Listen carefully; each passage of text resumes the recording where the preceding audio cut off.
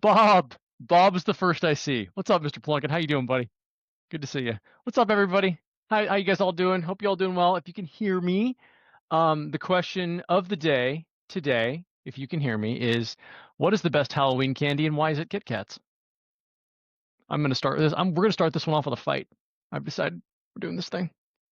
Um, and also y'all should see my presentation. If you don't see me and my buddy Poe, let me know. Apples. JJ says apples. What? JJ, what the heck? What? Come on, man. What are you doing to me here? You can't you can't get 100 grands are good. I'm with Gavin a little bit. Those are pretty good. Paul with Zabas. All right. That's right.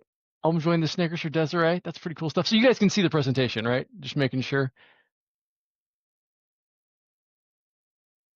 Cool. Thank you, sir. Thank you, Gavin. Appreciate that. Antonio, hey, good to see you, man. Juju bees. Let's go. And everybody, the computer over my right shoulder here is because last time I was told that my shoulder kind of blended into the darkness, so I just turned on some Insight lights back there. Cassie, I'm with you on the Reese's peanut butter cups. That's pretty all of my yes. Yes. Somebody was late because they had to boil ice cream, which is an inside joke with my buddy and I. So don't worry about that. Awesome. So we'll start it at 1:03 Pacific time. So whatever time zone you're in, 2 minutes from now, Reese's peanut butter cup. See, when I was younger, and I love me some chocolate and peanut butter. Oh my gosh, my best buddy's on the call. He always is. And he will tell you that chocolate is I have a very serious and real chocolate addiction in my life, which I'm cool with. It's totally fine with me. I accept this. Um, the peanut butter cups are the peanut butter and chocolate are near and dear to my heart. That's good. That's good. And he's my buddy Christopher, who's in the call right there. That's my best friend. Every year he gets me these for Christmas. He gets me those peanut butter cups for this friggin' big. Those are fun. It's good stuff. So, hi everybody who's here. Max from 1990. Everyone's peanut butter poisoning, which I'm not sure if peanut butter poisoning is a thing, but I'm willing to try to find out. That's fine. If you're a fan of Taylor Tomlinson, she's an online comedian. She believes that peanut butter cures depression, and I'm like, I mean, sure, it's a way, right? Cool. All right, everybody, it is 1:03, so we're going to get started on this sucker. Hello, everyone, and thank you for joining me on office hours of, what is this? I think I wrote these mostly in Q3, but they're Q4 of 2025. So for those of you that don't know who I am, and this is our new fancy deck, by the way. So Abby, if you see this recording, this is beautiful. So my name's Steve, everybody. I've been doing IT stuff forever. I mean, you can tell I live and breathe this. I'm a nerd. I've been a computer nerd my whole life, and I'm cool with it.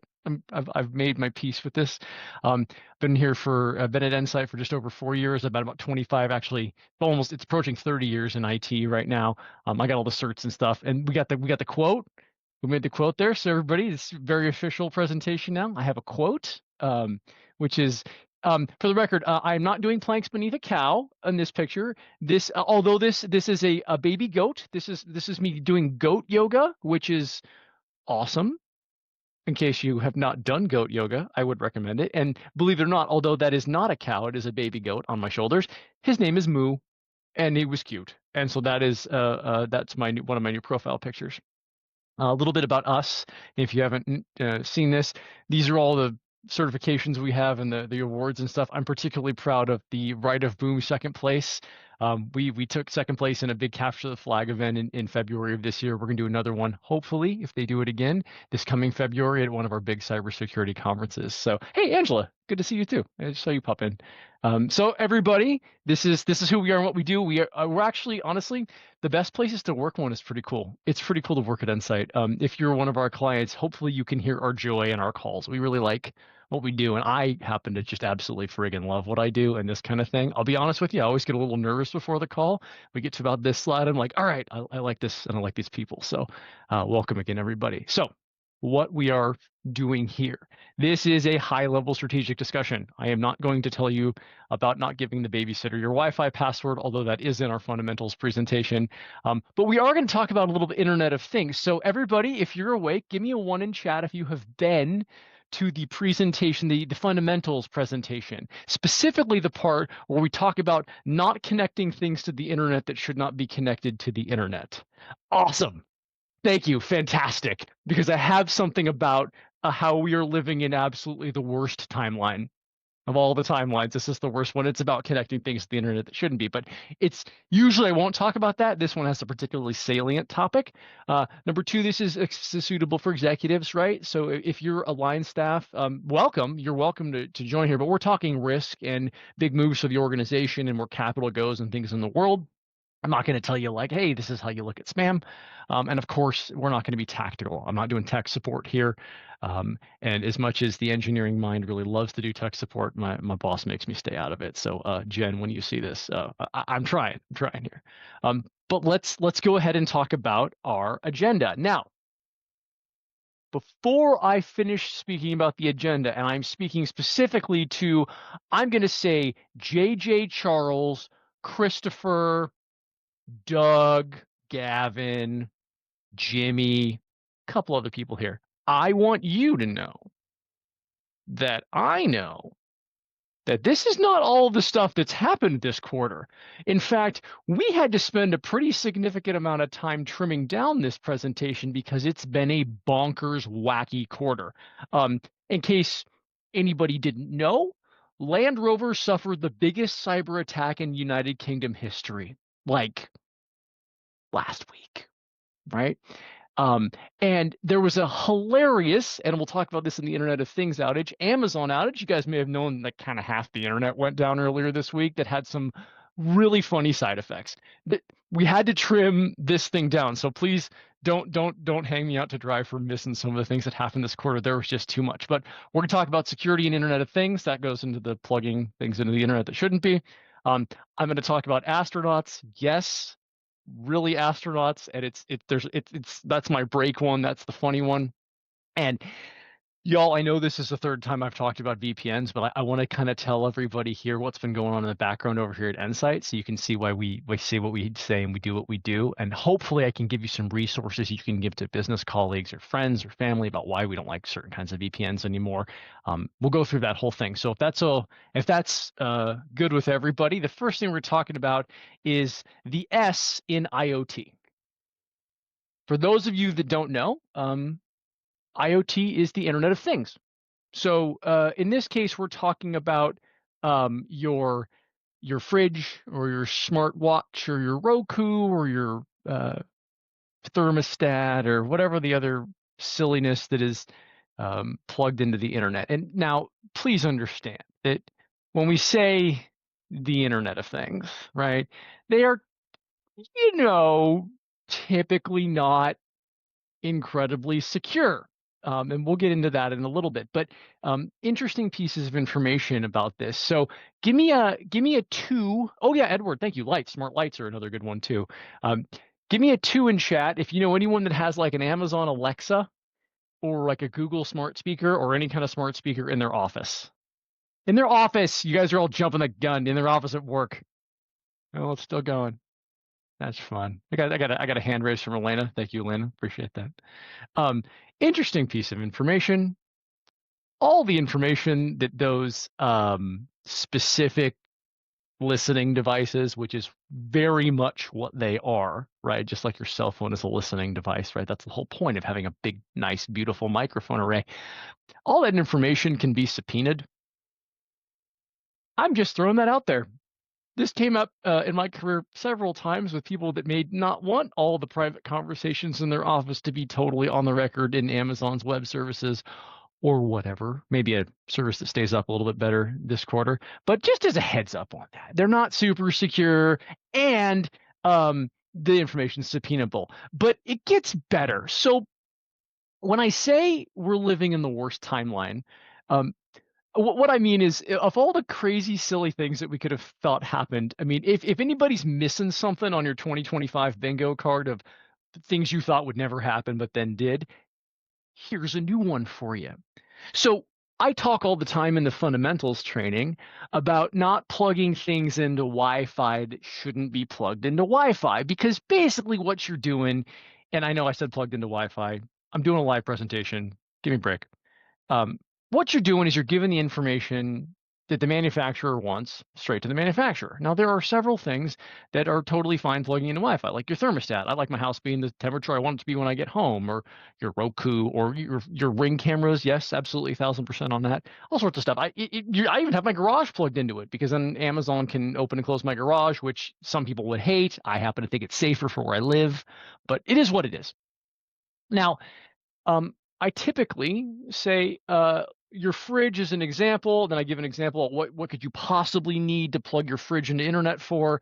And it turns out I actually had to update my fridge once, and it made ice better. But the problem is that Samsung has started, I'm not kidding, serving ads when you plug them into Wi-Fi on your fridge. So here's a link, just in case you wanted to know that I'm not making this up. And if you were to connect your fridge to Wi-Fi, first of all, this is a techie talking to you, and I have no idea why refrigerators have screens. I would never need to tweet from my fridge, ever.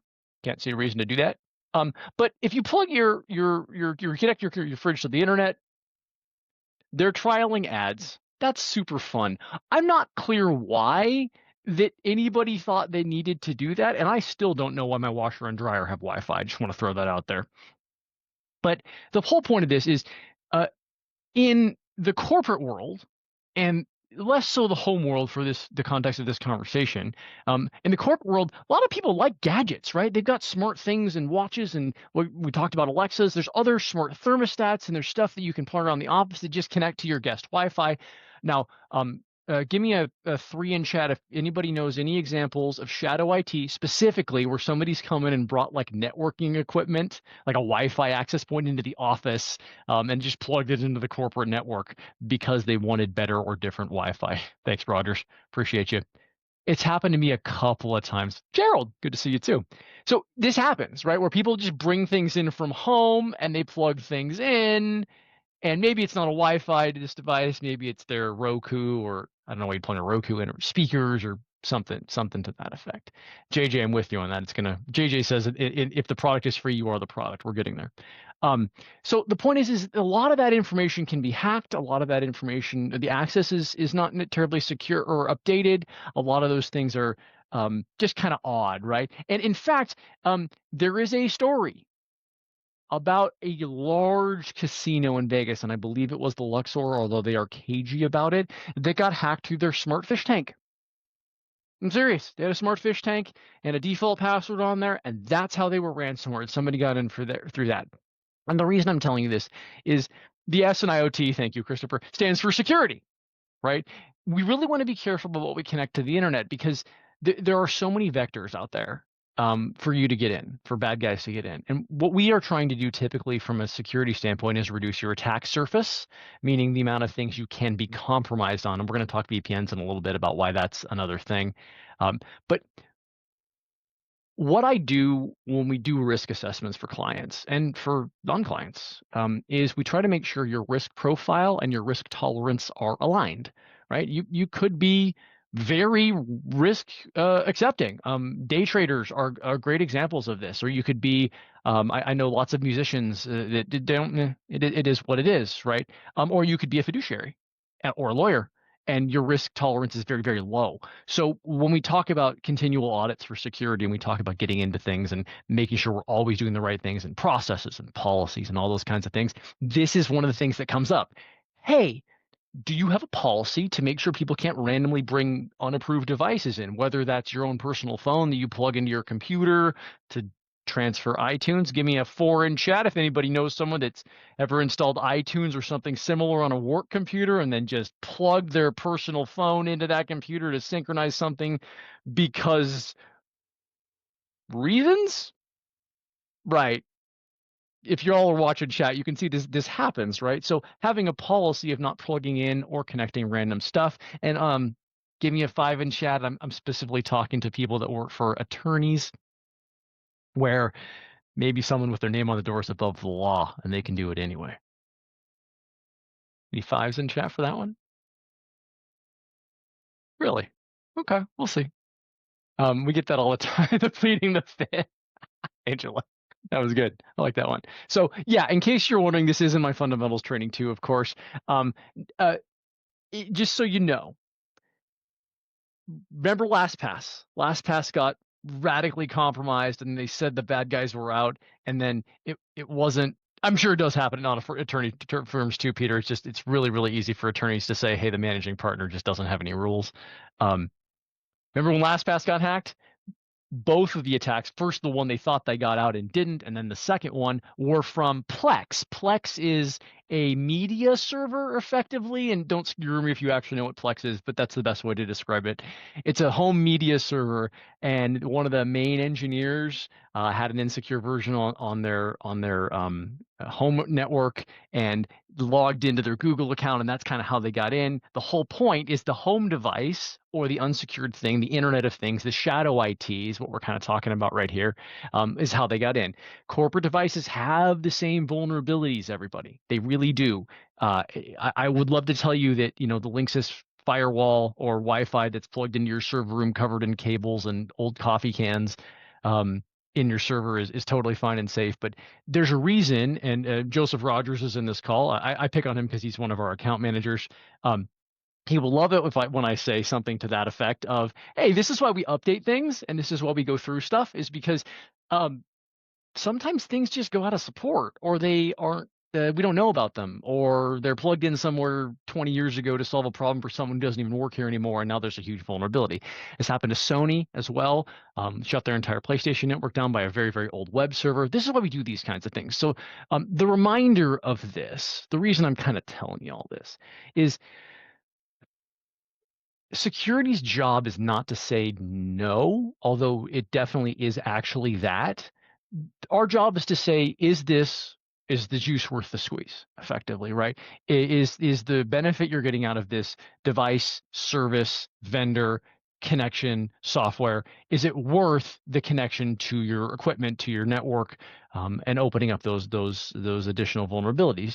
Frequently, when I have to go to executives, both the ones internal to Insight and our clients, and I say there's a risk, and Gerald is here. We've had this conversation very recently, and we say there's a risk here. It's kind of unspecified. It's higher than not doing this. I don't have anything right now that's going to realize this risk, but it doesn't feel right. And in that same vein, it's like, listen, if you plug a fully patched Amazon speaker connected into your guest Wi-Fi at your work that doesn't have any connection to your internal network, that's a risk. There are clearly several things that would mitigate that risk. Guest network, fully patched Alexa, you know what it is. But it doesn't mean there's no risk. And in my job, sometimes we have to say, hey, I'm kind of trying to predict the future here, and I'm trying to reduce your exposure. Internet of Things, and the S in IoT, of course, does not exist. That's the joke. The Internet of Things is not super safe, right? So I love your printers, and we love the computers, and we love the phones on, everybody's got their personal phone on corporate Wi-Fi. You kind of got to accept that risk. People are going to want their personal phones there or whatever. But maybe Alexa, or maybe smart thermostats, or maybe whatever the heck else they crammed Wi-Fi access into for some reason doesn't need to have access to the corporate network. So there's kind of the first one. And that was the first real serious one. I want to give you a little bit of a break before we go into VPNs. So we're going to talk about scams, specifically fake astronauts. Now, I know that we are having a very serious security discussion here, but this happened. This happened last quarter. There was an octogenarian in Japan who was in communication what she believed was an astronaut, and the astronaut was under attack and needed money to buy oxygen. This happened. This is a thing, right? And this poor woman, was scammed out of a decent amount of money, not a significant. It wasn't millions of dollars. I think it was in the $6,000 to $7,000 range to send money to an astronaut to buy oxygen. Now, look, this is silly and it's unfortunate, but there's a reason I'm telling you this, right? Almost all compromises today that we see are some form of scam.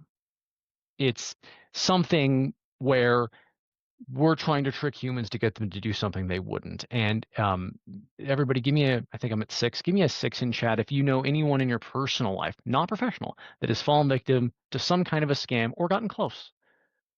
Yeah, right. And it's sad. Look, my father too, right? And from a security perspective, I don't have the ability to, and I should have, if we haven't communicated this by this point, I'm missing the mark here. We don't have the ability anymore to just sell you a thing, and then the thing is you're good and you've locked yourselves behind the thing and everything's fine. Um, this is why training matters. And uh, users need that training because people fall for obvious scams commonly. Now, I use this very, very silly scam to express that everyone, we get lots of emails from clients. And by the way, if you're in chat, give me a 7 if you have told your users please not to forward around potentially dangerous emails. Go Karen. Go Gavin. Appreciate you, Adam. Appreciate you guys. So um, the reason is the new soundbite that we're working on is email is contagious. If you forward me something to look at to see if it's dangerous, what if it's dangerous and now I'm in trouble, right? That's not good. Send screenshots. That's the way to go. But Insight gets quite a bit, and there's a couple other account managers I don't believe are on here because they're off today, where we have clients that send us emails to check, despite the fact we've asked them not to, that are very, very obvious that they are clearly not real. Even with all the advancements in AI and in the fundamentals training, of course, we talk about AI all the time. You got much better grammar, much better spelling, much better punctuation in basically every language on the planet. Even with that, we still get messages that are just completely obviously scams, and they got through the spam filter somehow. And the people that send these to us are brilliant professionals. Well, I'm not talking people at the beginning of their career or anything like that. These are people that are very, very experienced in what they do professionally. But what they do professionally is probably not cybersecurity, unless it's me. And if I send you a scam message, it's probably me trying to get you. But the point is that training matters a ton because it would stop a ton of these things that we would say as you're sitting here listening to me talk to you at a cybersecurity presentation. You're going to see, well, obviously that's not real. Well, somebody believed it was, right? Or the gift card scam. We had somebody fall for a gift card scam like last month at one of our clients where they bought gift cards and they had to they sent the CEO the numbers. They actually fortunately sent the real CEO the gift card number. CEO didn't know what was going on. There was a miscommunication. Of course, it was a new employee. But we all think that it's just something we would never fall for, but it happens all the time, which is why we do this training, right? If you're interested, like I am, in Scamland, um, reddit.com/r/scams has a huge repository. Give me an 8 if you're a Redditor on chat and understand Reddit and have been there before. It's a social media effectively. All right, cool, excellent. Uh, my brother in on that one. So, but the scam subreddit is a little depressing sometimes, and it's one of the things I frequent quite a bit because I need to be up to date on whatever social engineering is going on at the moment. Um, the scam subreddit is very telling. It'll show you the things that you think people would never, never, never, never fall for. Or, hey, this one site that started 8 days ago offered me $5,000 to get started. Do you guys think it's real? Like those questions happen all the time. And if people on the internet know that, your users um, they probably have the same questions, right? And that's how all phishing goes. And that's what we see a lot of when it comes to compromises lately is fear of missing out's a big one. Performance is a big one. And that's why we send phishing training messages. And we get various levels of feedback on whether people like or don't like the phishing training. And we've gone through probably 10 different phishing training companies to find the best content, and they all kind of trade back and forth on who's the best and who's not. There's only like 5 companies that actually make phishing content.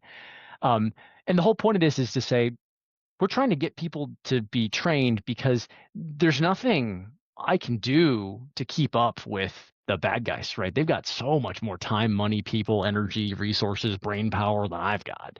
My job is to keep people trained because your users are on the bad guy's side, just not intentionally. They just know it. And this poor woman is the same thing. And the other silly thing that I wanted to get to kind of keep this fresh is give me a 9 if you knew about the Amazon Web Services outage that happened earlier this week. Awesome. Thank you. Give me a 10 if you know about the angle with beds on that. James does. Okay. So, to be really, really quick, everybody, there is a bed. Thank you, James. Hilarious. Very funny. Very nice. There is a bed that is connected to the internet. I know. Don't ask me why. I would never buy an internet connected bed. And when Amazon went down, the bed stopped working. Now it's a bed, so you probably could still sleep in it, but sometimes it would like lock itself in a weird position or overheat or something because the internet was down. That seems like maybe something where we've gone a little too far and didn't need to connect ourselves to the internet. That goes back to the IoT things and the silliness of fake astronauts. Um, so the whole point of it was, I can't adjust my bed and it's really hot because Amazon's DNS is down. Like that's just the oddest thing, right? Coming from one of your cybersecurity professionals here, I'm trying to reduce our reliance on technology, not increase it. Okay. Now we got to get into some serious stuff. Give me an 11 if you know that VPNs have been having some problems recently. Awesome. Awesome. Give me a 12 if you knew that it's kind of been a rough year for SonicWall. Yeah, it's been a rough year for SonicWall, everybody. So, that's a good line, JJ. So there have been at least one guaranteed SSL VPN breach for SonicWall, possibly two. They're being cagey about it. Oh, JJ, I'm getting there. And they had two successful attacks on their cloud backup. SonicWall is having some problems enough that it's making Nsight reconsider them as a vendor. It is really a serious issue. Problem is, as JJ said, and he is very right, this is not the only vendor that has had problems with VPNs and breaches. Cisco had a flaw in 10.15. Avanti had one in December. Fortinet had one in January. There's a lot of flaws, right? I know I've talked to you about VPN I think this is the third time we've had this. So I won't say it again. I won't mention VPN again on these one-on-ones, but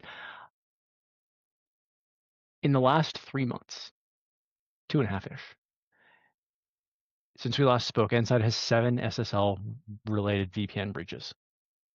And we are finally going to do something about, well, finally, we are definitely doing something about it. There have been varying levels of concern across many, many vendors. Even Palo Alto had one a couple of years ago, right? Of the design of VPN and why it's unsafe. Now, the reason I'm telling you this is not to tell you to get on zero trust, which I am going to say, and it's not to tell you that VPNs are bad, which I am probably going to say, but it's to kind of give you a little background on how it works under the curtain or behind the curtain at Nsight. So the biggest problem we're having with VPNs is you open a hole in your firewall, and this is a primer, it'll be on the next slide. You open a hole in your firewall, hope only good guys get in. Well, sometimes bad guys find a way to force their way in. Now, for my more technical people on the call, I'm aware that is a very high-level explanation of what's going on. But effectively, the bad guys force their way in through multi-factor, through passwords, etc. Now, this is a bad year for SonicWall, but it's not the only vendor that's going on out there. And when the problem with that is when that happens, the bad guys have a connection into your network. Right? The other problem is that sometimes these VPN flaws allow you to gain access to passwords. So someone breaking into your remote access VPN, I'll get into 3 types. There's 5 or 6, but I'm gonna get into 3 major ones in the next slide. It's effectively the same as someone walking in your building with a computer and a cord, plugging into your network and having a password. There's nothing I can install on your computers that's going to fix that because they have their own computer they've plugged in. It doesn't work like that. It's not protected like that. And this has been such an amazingly serious problem that clients are getting pretty significantly compromised on that. And they go, Steve, what happened? And I go, hey, we're trying here. The current SonicWall advice, I might as well get to this. So Nsight has had probably 7 various communications and 3 or 4 actual video calls with SonicWall saying what the heck's going on. We are following their advice, and their advice is incredibly significant. Just to kind of keep everybody up to date, you should. By the way, give me a 13 if you got our communication on this. I want to try to give more information on this one, give people a chance to talk about it. But we've sent some communication out on these two. Cool, cool, cool. Thank you. So the advice is substantial. It is change absolutely every password in the firewall. If the firewall was connected to like Active Directory and you have the same password for your VPN as you have for your network, change every password on the network. Bring the firewall absolutely up to maximum patch level. Delete all the previous backups, back it up again, and close off everything that attacks that is a hole open to the public internet, like a VPN, right? So I'm going to stop for a second because I'm going to put this incredibly descriptive piece of information on there. There are, I think, 5 different kinds of VPN that I can think of at the moment, but I want to talk about the 3 major ones that everybody knows, and I'll ask for participation on this again. Give me a 14 in chat if you know about a public VPN like NordVPN, SurfEasy, Surfshark, or my personal favorite, Hide My Ass VPN, which is just hilarious when we see that. Okay, cool. So these VPNs are effectively for location and activity obfuscation and connection protection. So they help protect against like insecure Wi-Fi, or if you're on Netflix or other things, um, and you want to say you're in one country but you're actually in another country, that's what these are for. Typically not controlled by corporate, right? Typically kind of a shadow IT deal. Give me a 15 in chat if you've ever known anyone that's pretended that they was working from a place they didn't want their employer to know about and used a VPN to hide it. And I will just say it happened to us. Anybody know about those? The 15 where they're like, oh crud, I'm working from elsewhere. So for those of you that are on Insight's endpoint and cloud protection, which should be dang near everybody in the call at the moment, we can see that, just so you know.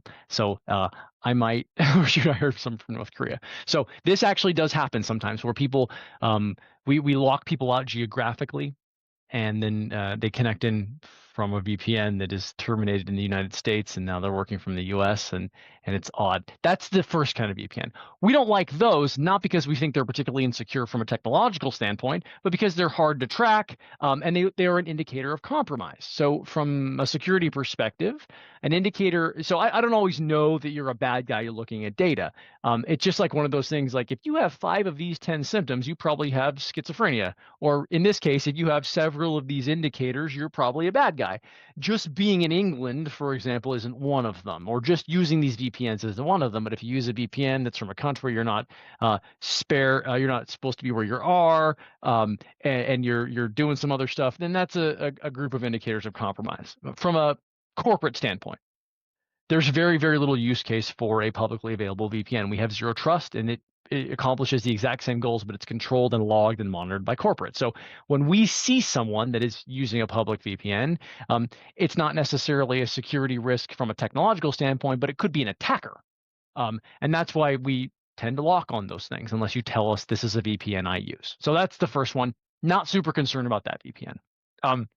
Everyone give me a 16 in chat if you know what a site-to-site VPN is.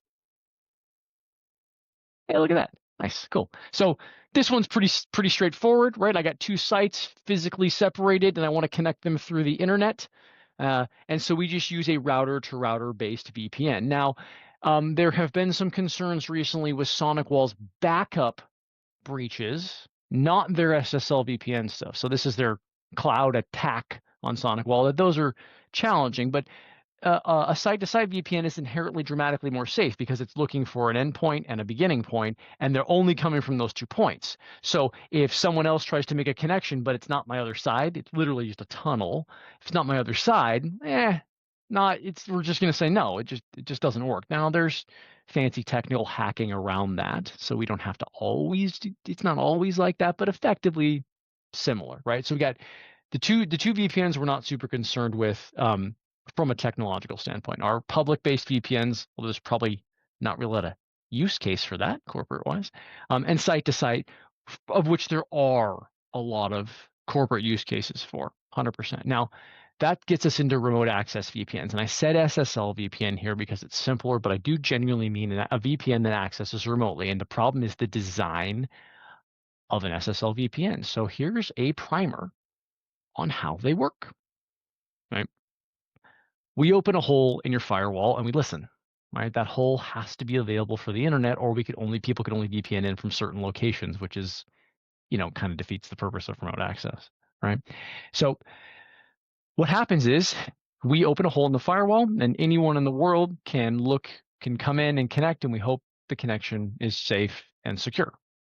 Uh, Typically, in the past, it has been. As we have gotten more aggressive technology and AI and things like that, it has been compromised multiple times in the last couple of years. And JJ says the last decade, and he's probably right. Right, it's been quite a bit because people are more readily able to find flaws inside the VPN protocol.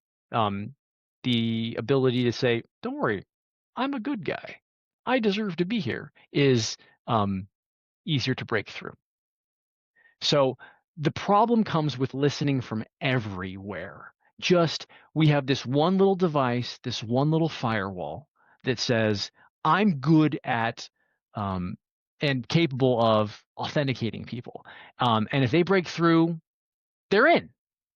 And that's the issue, is that when we're having people that break through that aren't authorized to get in there. So in case you wanted to know what it looks like, we actually did a whole little short video on this. It's basically this, but it's something you can share with friends and family or clients that would have information here that's useful to you.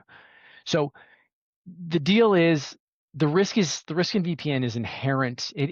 Although it's been a really bad year for SonicWall, it's not specifically them. Right? It is a problem with the design of VPN, and the reason I'm bringing it again, and this I promise is the last time, is because I mentioned this in Q2 and Q3, and we've had a massive influx of breaches since about mid-August. The reason we have such a massive influx of breaches is effectively that the biggest threat actor group that's taking care of VPNs right now is using a search engine to do it. And I'm going to, since I have a little bit of time left, we're going to do a little bit of a demonstration live for clients, which is, never a good idea. So I'm going to stop the share. I'm going to reshare my screen. And we're going to go and see Showdown. My friends, this is Showdown. I'm having a lot of dogs barking. Give me just a moment. I want to make sure there's nothing weird going on in my house because concerned about dogs. All right, everything seems fine. Excellent. So, everybody, there's another link on the video. There's another link on that page about how do they find me, Steve? How do they keep getting through? So, everybody, if you're still in chat, please give me a 17 in chat if you know what Showdown is, or I do the demo. Awesome. Okay. I'm glad that few people know. Showdown was originally created as a research database for security researchers, right? Basically, anytime you plug anything into the internet, you get a free penetration test in about 15 minutes. Once a week, Showdown scans the internet for anything out there in the world. And I will give you a great example. Let's do Insight, because I wanted to show everybody. So I just searched for Insight and we found Mr. Colin. He's one of our account managers here, or one of our account specialists here. He lives in Connecticut. He works in California. And this is what he has available to the internet in a Linode, which is a place you can host things. But there's more, right? There's other ways to do this. I think I could do San Diego.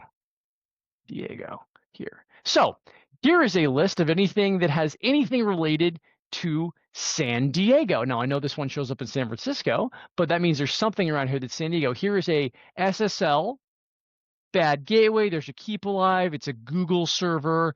Here's a fintech, S from SRS Fintech. They have Nginx. They're using Ubuntu.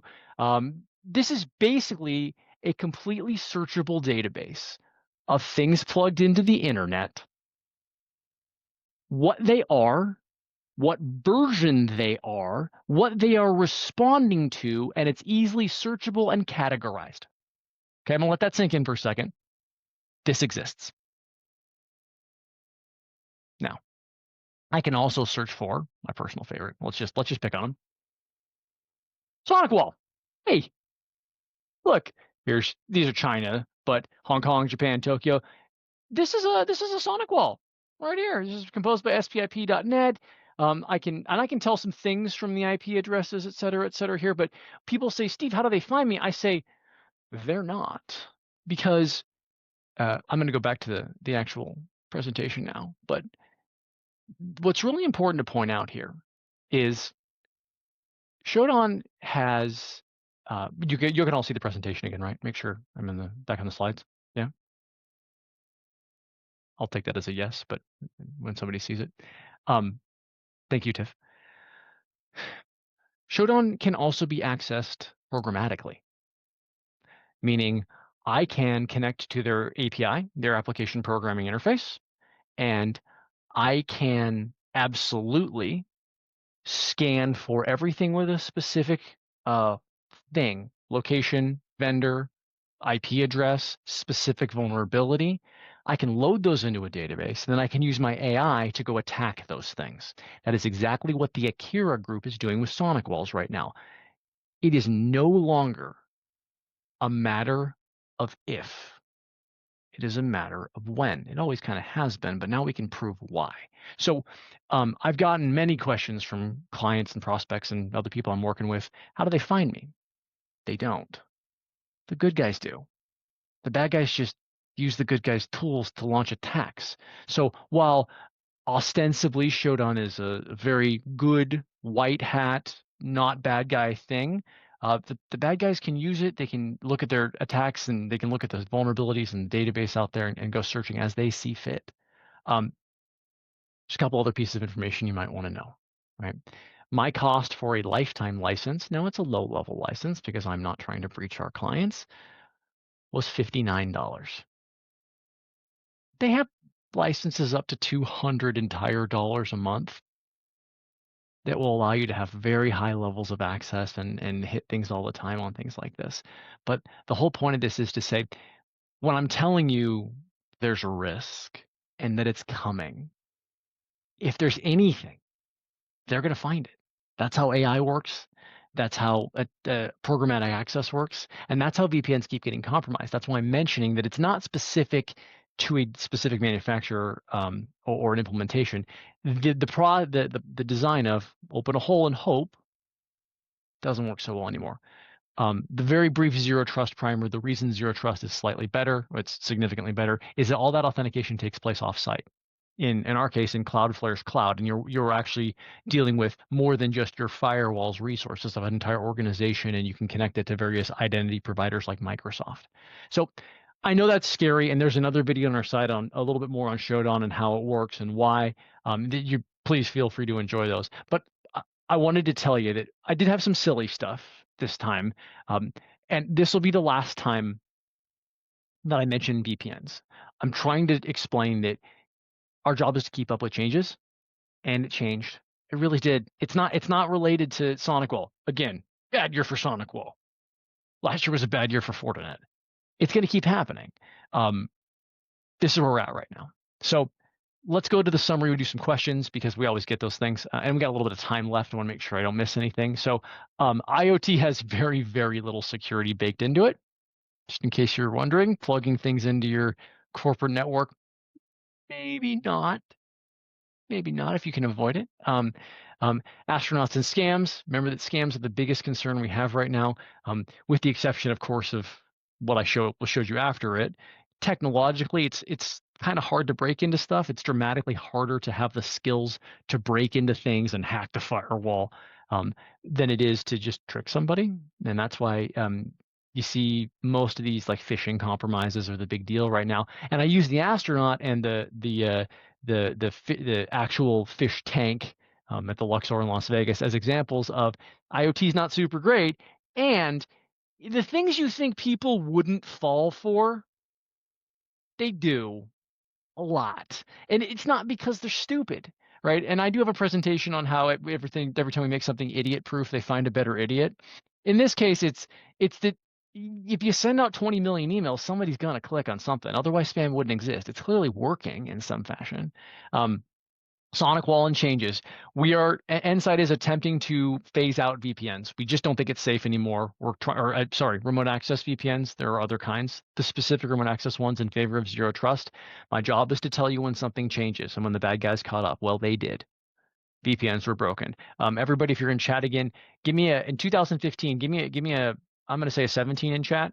Is that where I'm at right now? Something in that area. Give me 17 in chat. If in 2015 you weren't worried about multi-factor authentication, nobody cared. It was like just username and passwords, right? Right, right, right. Exactly, right? Well, and now we are.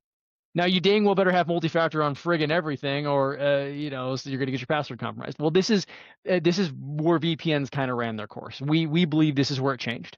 And my job is to tell you, and I will tell you on these conversations, and I'll tell you in one-on-ones with clients as we go forward. We're trying to keep up with it. We just don't think we can keep it safe anymore. And that's why we recommend the zero trust approach, is because it goes outside your network. So hopefully, with 14 minutes left, we have some time for questions. But this is what we call defense in depth, right? I'm trying to stop everything. I'm trying to predict the future, and so I've got various different nets like an acrobat. And I'm hoping one of them catches the next thing. And for the record, everybody, the product we are moving away from had a hard time catching the VPN flaws. The product we're moving toward, and for those of you on Ensight's endpoint and cloud protection, that has caught them. It has not stopped it because, again, it's not on your computers, so the VPN breaches, but it has about a 4-minute dwell time, which is really hard to do damage in. So we've actually stopped. We've seen breaches through the VPN, and we caught it, which is awesome. So we have a technology that can catch it, maybe not the one that can pre-detect it quite yet, but we're working on it, right? We're always playing a game of catch-up. It's why, listen, if you have your house with a fence, right, it's not safe. You need to have more, right? That's why we do all these various things. So the sales portion is, hey, listen, if your house is, if you want to know more, get a hold of me, get a hold of your sales rep, hit yes on the poll there for Aaron, because we have quite a bunch of things that we could do to help here. Oh, JJ says turrets. I prefer auto-targeting lasers, but you don't have the budget for that, turrets. So if you want to talk to us more, let us know. And now I believe we have some Q&A here. Now I don't actually see. Okay, sorry, a couple slides further forward. So the next session we're doing is going to be on January 29th at 1 p.m. I'd like to tell you that I know what the topic is, but before last week, I wasn't going to talk about VPNs. It just got so very, very bad. I'll tease you a little bit though. If we can, if nothing insane happens between now and then, what I want to do is talk about the silliest stuff we saw in 2025, which is what we like to do every quarter. And then I want to go behind the scenes a little. I want to show you all what an indicator of compromise looks like and what a breach looks like from our end and how we do it and what our process is. And it's actually, so everybody thinks that security's job is like breaking through the firewall and being in the matrix, when really I'm just filling out insurance forms and doing paperwork. I want to show you what it actually looks like when there's a breach. We'll kind of do like a step-by-step, assuming nothing else super pertinent happens.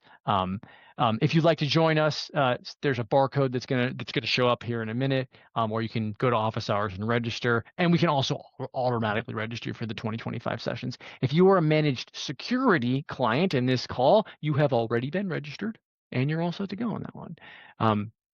So let's talk about AI office hours, which dramatically more entertaining.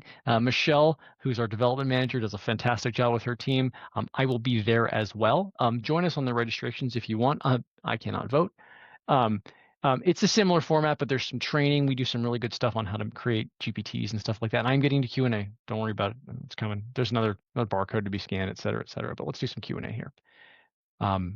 So first Q&A I got, first pre-submitted question I got, and please, everybody, if you have questions about anything I've talked about, send it in chat, and I'll talk about them here and now.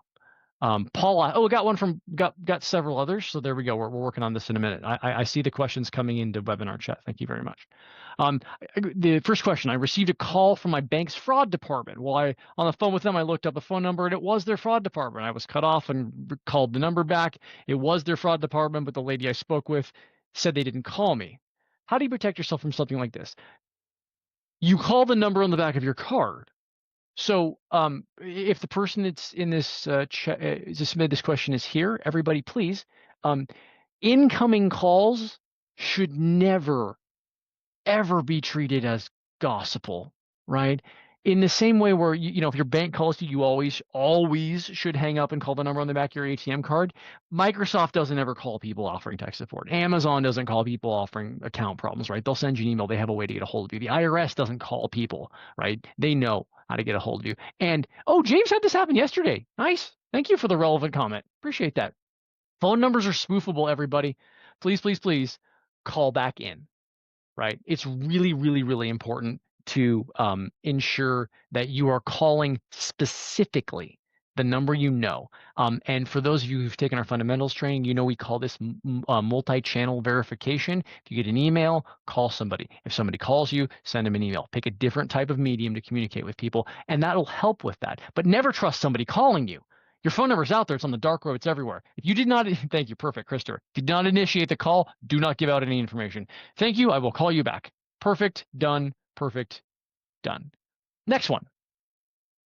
How can we prevent credit card companies and other vendors from utilizing our voice for authentication? What are scammers doing to capture your voice to utilize as a part of a broader scam? I'm seeing a huge uptick in scam calls. Yeah, so vocal and auditory deepfakes are coming. Everybody, this is something you should hear, and I hope we still have most of the people good. We still got 71 people here, so you guys haven't quite bailed on me yet for the Q&A portion. I'm worried about this. I am worried that the visual AI creations, like the videos, and the auditory AI creations are strong, and they're getting stronger. And the person whose voice you think you're talking to may be challenging. Everybody, give me like an 18 in chat if you and your parents or your children have like a code word to make sure it's you, and ever did, like, to make sure that when you picked your kids up from the or you sent someone else, your kid would know that they were authorized by you. Yeah, my dad and I did this in like 1985. Who knew that was still valid nowadays? You know what I mean? That's a very strange one. Isn't it interesting? Like, but that's probably the best way to do it. For credit card companies, you just simply say, hey, you need to have a multi-factor authentication. You need to have my phrase, right? All my credit card companies have several ways of getting a hold of us. Something you can say used to be a valid multi-factor. It's not anymore because of stuff like this. The 3 valid multi-factors are something you know, something you have, something you are. So password, phone, and like fingerprint. Somewhere you are doesn't count anymore. Something you can do, like swiping on a phone with the right pattern, doesn't count anymore. Something you say doesn't count anymore. But it's still better than we've got. Right? That's the way to go on that one. So but they're coming for sure. And the last pre-submitted question is, what is your pet's first name? And because I know this is a silly one, but it's on purpose, because I would never use my pet's first name as any of my passwords. My pet's first name is Poe. And that's the big dog you see here. It's one of 3 I have, and it's not in any of my security questions or anything to that effect, everybody. So I'm completely fine with you knowing it. And when I say make a large password, I always say, please don't cram 3 words together that you know, like your anniversary, birth date, social security number, pet's name, kid's name. Don't use those for passwords. When this was sent to me, I thought it was silly, and I really, really loved keeping it in here. Good deal. So we have submitted questions in chat. What do you think about new hires announcing their position on social media? Are new users get phished even before their first day? The truth is, everybody knows where you work, everybody. And your social's already out on the dark web, 100%, including your driver's license, date of birth. It's all already out there, right? Freeze your credit reports if you haven't done that already. There's a bunch of other stuff, but that's a big one. I don't have any real objection to people announcing that they're working at a new place because it's public information kind of anyway. Just what I would say is make sure all new hires, just like we do at Insight, are briefed on, hey, there are scammers. Hey, they have your phone number. Somebody calling or texting you is not a good enough reason to just do what they say or give them information. Like, that is a baseline training thing. And for the record, spans all generations, all levels of technicality, all computer familiarity, and all job types. I've had some incredibly brilliant engineers get pretty far down in a scam before they realized. And I've had some very, very people who you would not think are very technologically savvy, typically older generations that aren't in technological careers, just go, absolutely not. I'm not talking to anybody. I'm getting a hold of this, right? And Tip, I absolutely did tell you that Shape It was going to text your personal number. That happens to everyone we hire.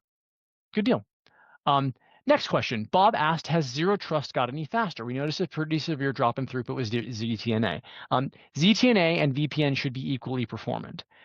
Some technologies work better over either, but the actual compression that moves traffic through is effectively similar. Um, Having a Zero Trust performance drop is something we can look at, but again, not a technical support call. It should be better. VPN, typically the risk of VPNs is so high that it might actually be worth a performance drop. Depends on, and as all things for everybody's information here, the way we deal with risk is that it should not cost more to protect an asset than the value of that asset. So if you get more benefit out of the speed than you would get out of the security, you should go for the speed. We really don't recommend that because the security risk is very high. And as I showed you earlier with Shodan, totally automated, right? So there you go. Jeff says, when did the scammers get smart? Whatever happened to an Arabian prince and need money? Which is awesome, Jeff, because I have 4 minutes and it's awesome. This is a fantastic way to end this. Jeff, I really appreciate that question. Everybody, still with me, give me a 19 in chat in like 2007 when viruses and spammers and stuff were putting, if you remember them putting spirals on your computer and flipping your mouse buttons and generally being a pain in the butt. Cool. Give me a 20 in chat if you've noticed it might have got a little more intense in the last 15 years. Yeah. Now, don't tell anybody. Don't say it in chat. Give me a 21 if you've heard me say why. Cool. I have a presentation on this. Apparently nobody's been to it. It's physical, so it's good. It's good. Brian's been there. Good. Awesome. So the deal is, everybody, you want to know what changed? You want to know why I got smart?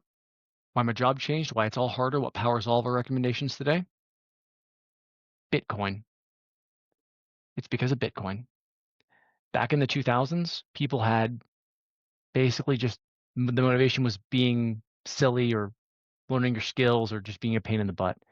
But now we can pay ransoms in untraceable decentralized currency that can be used to pay for things all the time. So when I say the bad guys had $10.5 trillion last year, or sorry, that's predicted this year, it's because Bitcoin's public. We know exactly how much money is going to where. It allows people to fund things. It allows them to create effectively criminal organizations. It's now just organized crime because there's so much money behind it. That's why this is all different. That's why they caught up to VPNs. That's why MFA exists. That's why spam gets better and worse and better and worse, is because we're playing all these catch-up games with very heavily resourced people. It's a monetary motivation. This is people's job now. That's how they got smart. That's why they were just doing the Nigerian prince scam, and now it's really serious stuff. And it's all about data and extortion and money and payments and money and ransoms. It's because of Bitcoin. That's why I'm here. That's why I do this. That's why my job exists. Because you can pay people now, and the FBI can't really stop it because it's not American money. They have some ways to claw money back, but it's not effective. This is a thriving, very, very profitable industry. And if you measure the industry by GDP, they're the third largest in the world behind the United States and China. Yeah, that's why they're smarter. That's the answer to all those questions. So I don't see any others. And we made it with 1 minute to spare. So everybody, thank you so very much for taking your time with me in the slightly awkward demonstrations and all those things. But hopefully this was a good one. I would love to see you next time. You are dismissed if you're happy to do that. Hopefully next time I can show you behind the curtain unless something crazy happens. But you guys are all welcome. I really appreciate you coming. I love doing this. So thank you for sticking with me, and the audience participation makes this dramatically better. So hope I had a good time on this. Y'all had a good time on this one. And please come back if there's any other questions. I'm going to stick around for another minute or two just to make sure I don't miss anything. In case you want to ask something private, you could send it directly to me if you want to. But there you go, Angela. Good to see you as always. Jeff, appreciate the question. That was fantastic. You too. You all are dismissed if you're not asleep. or having your lunch in another room so you can say you came, which definitely doesn't happen. You guys all have an awesome day too. If any other questions, I'm super here to answer them. I don't have anything else that was pre-submitted, so hopefully this coming month we won't have anything, or I guess this coming quarter we'll have nothing terrible we can do behind the curtain. We'll see. Give it one more minute. Go to 2:01 to make sure everybody's out and has any other questions. Good deal. Yes, Bob, you totally can. Absolutely. The only problem is you are plugging your home, you're plugging your home computer directly into your work. As long as it's protected, it's fine. Brad, you think there's too much space up here? Should I drop it down a little? Do you one of these things? Like that? That better? What do you think, Brad? Yeah? No? Better? Appreciate that. Cool. Thanks for the heads up on that. That's good to know. Get a little bit of video talk. Appreciate that. Awesome. Cool. I bet you Charles fell asleep. Yeah, we can do that, Bob. We can help you with that. So reach out to the probably account manager. He can help you do that. So you can get in that way. Just make sure you're protecting your home computer as much as you would protect anything else plugged into your network. That would be because you're effectively doing that. Put our security software on there. Yeah, go for it. Those guys are awesome. Desiree, you're kind. Thank you. All right, everybody who's definitely asleep at this point, and those are the people that showed up and just put me on a second monitor or not paying any attention. You guys have an awesome rest of your day. Thank you for coming, and I'll see you in a quarter or next month for Security Fundamentals. See you around, everybody.